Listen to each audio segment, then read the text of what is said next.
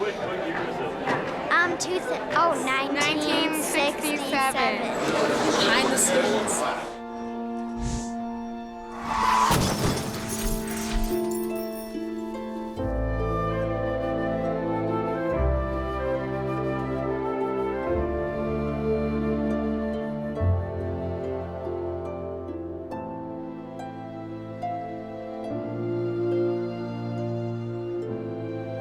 It's a very specific time and a very specific place. People associate the 60s with the summer of love and the rock and roll movement, and there is a bit of that with the music in this movie, but it really doesn't happen in this region until like 2 years later. If this movie took place in 1969, it would have a completely different look.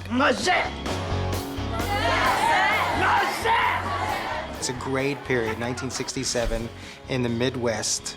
All new things are developing, new styles, new designs. Following this? There's very little break in a man's pair of pants. That's the way they wore them in the 60s. This part is exciting. It's so funny. It's like a mantra for all the extras. Are like, pull up your pants, tuck in your shirt. Ow, stop! She keeps doing that. What's going on? The first fitting I didn't really enjoy too much because I'm, the pants way up high and just like all the kind of, not really formal, but I guess just nice clothes. What's going on?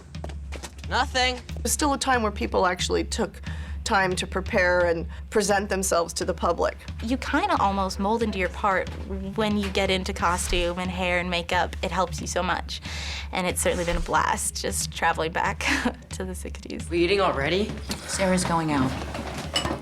Ow, cut it out. What's going on? All the women in the movie, every extra has an undergarment on, every single one, because all the blouses have darts in them. So if you don't have the right bra on, the shirts don't fit the right way. And it does make a huge difference. And people are always like, you're not gonna see the undergarment. Why do I have to wear it? And it's like, well, it's making it fit differently. I did a lot of research on Judaism and Minneapolis Jews and suburbs of Jews, everything that the script called for. And I gathered, I make a big fat book. We just started scouting, and I brought my book with me, and in the front seat of the car, what about this, what about that? And they'd be, yeah, I like it, maybe not, yeah. And some things are in the script that you have to do, like the cyst sucker, you have to come up with that, and the mentaculus. They write things out so specifically that it does make my job easier, rather than have a worldwide search of something. I know what it is, and I have to zero in on it from there.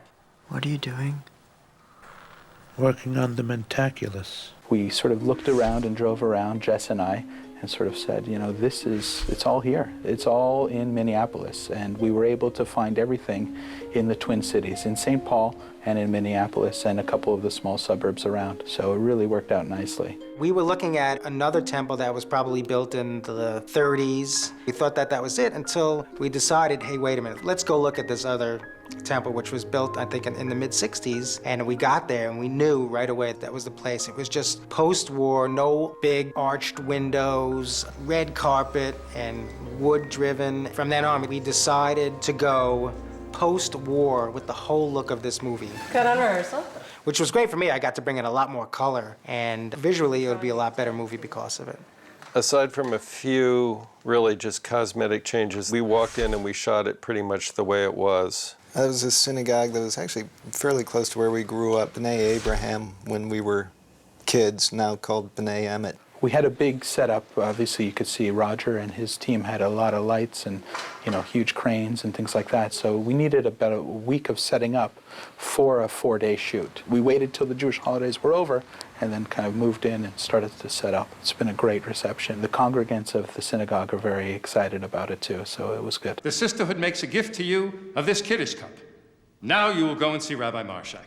The kind of set piece, the pièce de résistance, was the set of the sage, the rabbi at the end, Rabbi Marshak, where we wanted him to feel kind of like a wizard in his musty old lair. That involved accumulating huge amounts of Judaica and Hebraica and weird animal parts and other things that a wizard might have. These are the members of the airplane.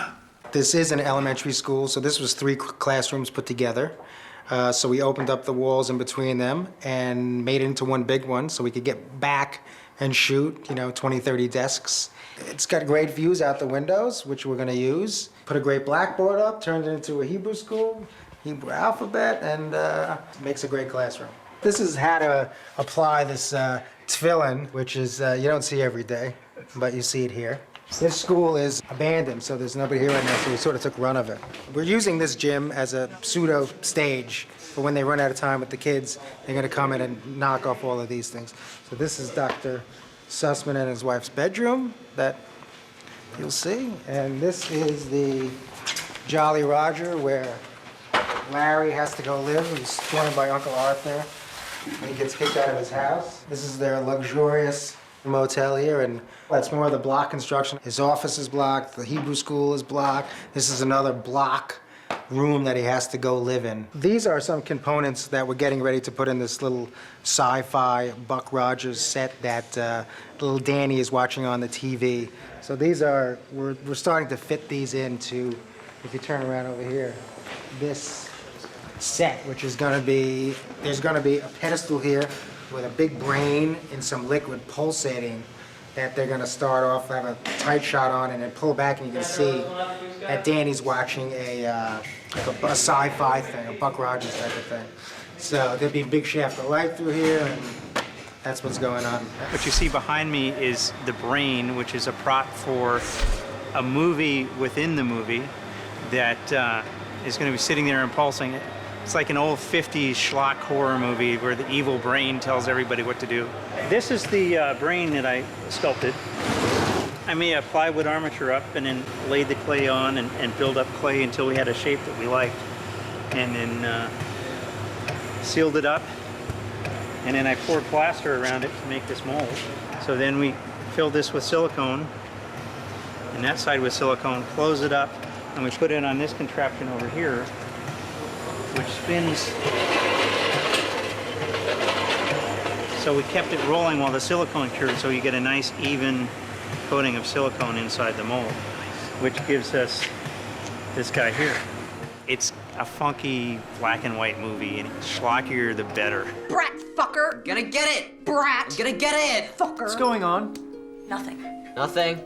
Jess came in and did a sort of complete transformation of the neighborhood just in terms of how he brought it back into the 60s with all of the details that he sort of changed on the houses and in the yards. We did a lot of clearing, a lot of landscaping, put chimneys on each house, and re-side the houses and paint the houses and put the fake brick, put TV antennas on them. Michael, when you go for the prong, instead of going for the one that's off to your left, go for the one that's to your right, which is more in the center of the frame. Yeah, that one. Yeah, that's it. Back then, people had one car, and all the houses now have big two-car driveways, two-car garages, so we closed down the garages to a one-car garage with a one-car driveway, and that really shocked it back. So we took about 8 to 10 houses and gave them a facelift. It doesn't make sense. Either he left the money or he didn't. Please, accept the mystery. Creating that neighborhood, it remains, as we sit here, an ongoing process. It was a question of looking for a neighborhood with as little old-growth trees as possible. We figured we could remove digitally in the computer some of those trees. What was amazing about the neighborhood in Bloomington, where most of the exteriors of the neighborhood took place, was that a few years ago they had been hit by a windstorm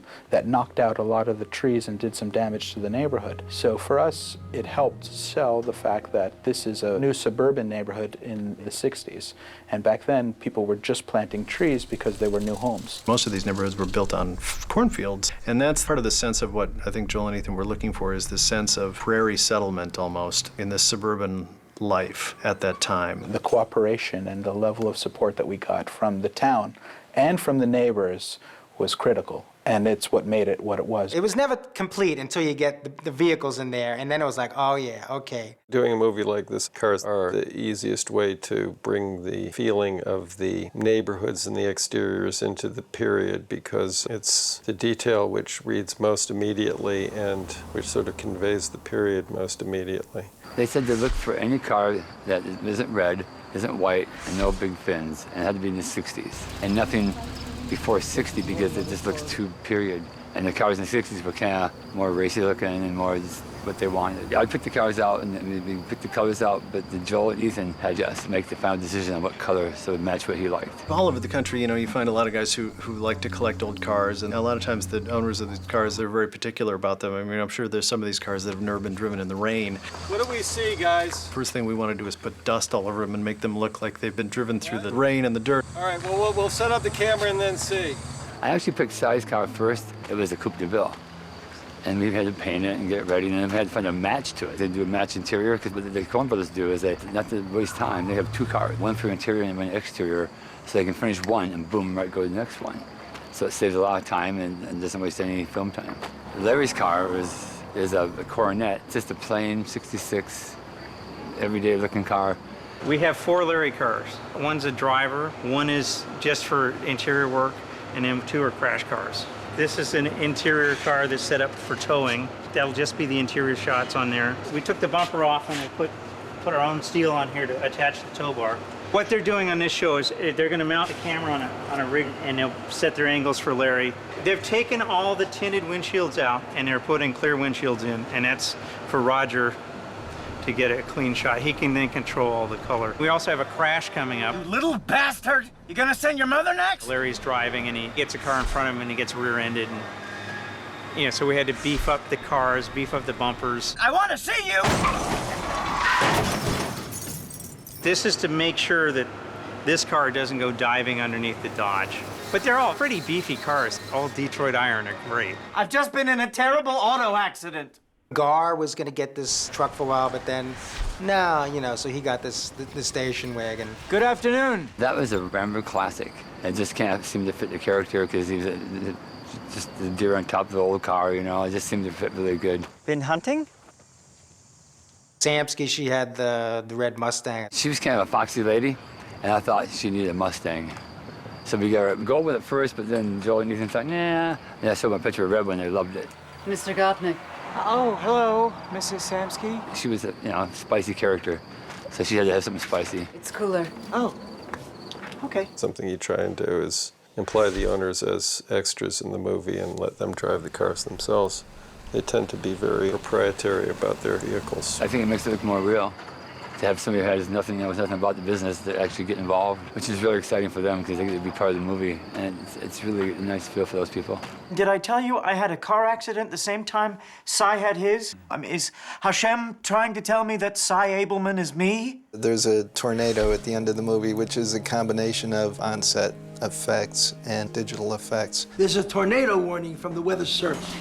Mr. Turchik has decided to move us into the basement of the synagogue. The on-set stuff was just kind of basically blowing the set with these huge fans, Ritters, that, just kind of give you a lot of foreground wind action. But the background, the actual tornado itself, is something that's just going to be created in the computer. There's no tornado rental facility, unfortunately. It was awesome. They had these 10-foot fans circling around the set. They'd turn them on and everyone's yarmulkes would fly about in the air. The special effects team did a great job of creating a lot of wind. That fucking flag's gonna rip right off the flagpole! Then we got period buses in there. It was not the easiest thing getting period buses. I always wanted to do a movie with a yellow school bus. To me, it's the most visual thing in the world. With a yellow school bus with Hebrew writing was like double mitzvah for me. So we staged a few of those out there, and I think it's gonna turn out great. Hey! Bagel!